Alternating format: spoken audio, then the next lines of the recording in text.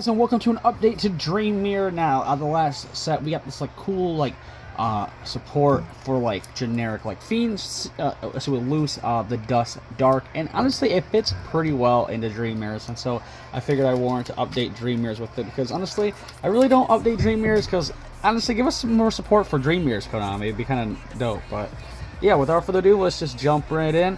Of course, we have 3 of each of the Nearoi. This is like your main go-to.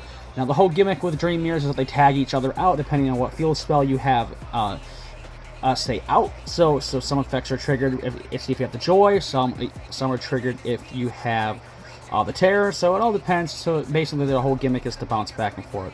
So we have 3 of each of the Nearoids, and then 3 each of the Eculos. These are like your main 3 of. These are like the best cards in Dream Mirror. We also do run 1 Morpheus, the White Knight, I would say Black Knight, and 1 Morpheus, the White Knight, as well, to round out like our Dream Mirror monsters. So that is it for our Dream Mirror monster lineup, and like I said, Konami, give us some support. It's been a hot minute for this deck.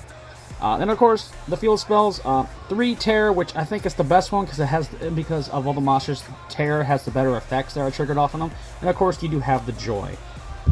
So that's the ratios. I think 3 and 2 is like perfect. So next, of course, we have Dream Mirror Phantasm. This is your Dream Searcher. It basically searches any Dream Mirror monster from the deck. So insane there is as well.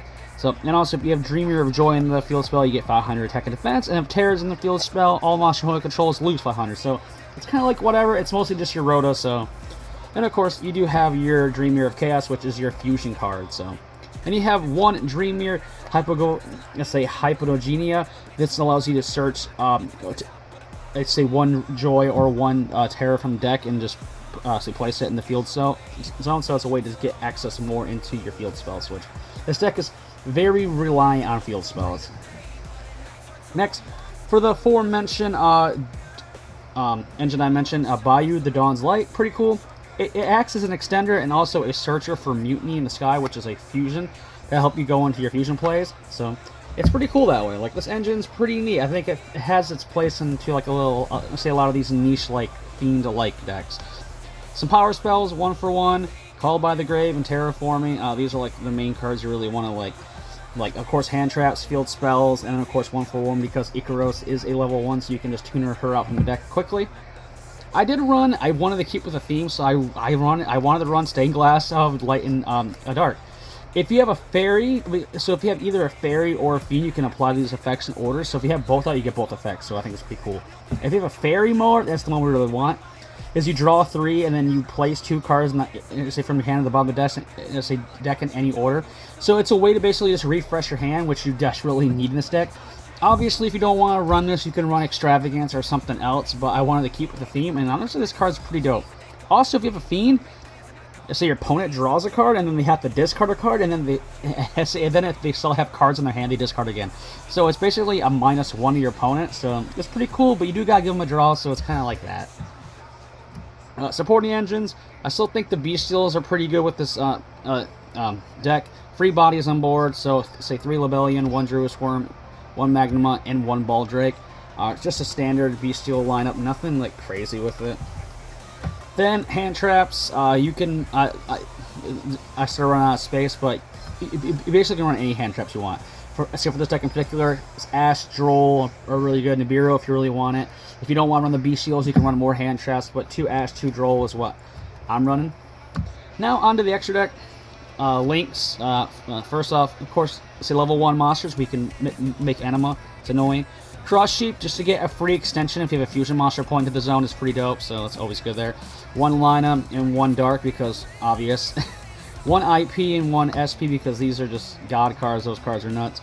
Also, I also ran the 1 Moon of Close Heavens and the Underworld Goddess combo, because it's pretty dope. I really like this. Using your opponent's Link monsters to climb up to Underworld Goddess is pretty cool. And of course, Access Code Talker to push your game in OTK. Next, for the actual fusions, I ran 1 of the Loose, the Dust Darks. Being able to give a good, like, non-destruction effect, to, say by card effects, in the leftmost, or the rightmost monster zone, it's pretty cool. So, zone placement's pretty interesting if you have him out, so it allows you to get your protection out with them. So, and also, If another card you can destroy is also destroyed by card effect, you can just pop a card. So he's pretty niche. He's pretty cool. Like, he's actually not that bad. I think he's pretty interesting. Next, the Dream Mirror monsters. 2 are the Urkling. It's alright. It's not the best one, because the best one, of course, is the Dark one, because this is your negate. Like, the whole end board with this is you want either with like an SP out or something like that, and you want to get loose out, and you want to put this into either the left most or the right most, you get a couple of these out and just have negates going. So that's kind of like the whole like strategy. It's just a gun for this, and you kind of link climb and get some, say some disruption out, and being able to float into this mid combo with the the white one is pretty interesting. So, but yeah, that's it for the deck. Dream Mirror, it just really needs some support. Again, it's that fun deck that's just, you know, it's something fun to play, and its summoning mechanic and its gameplay mechanic is always so cool. I've always been fascinated with Dream Mirror, but this deck just needs something. It needs something to just give that give this just a rogue contention. Like, that'd be kind of neat.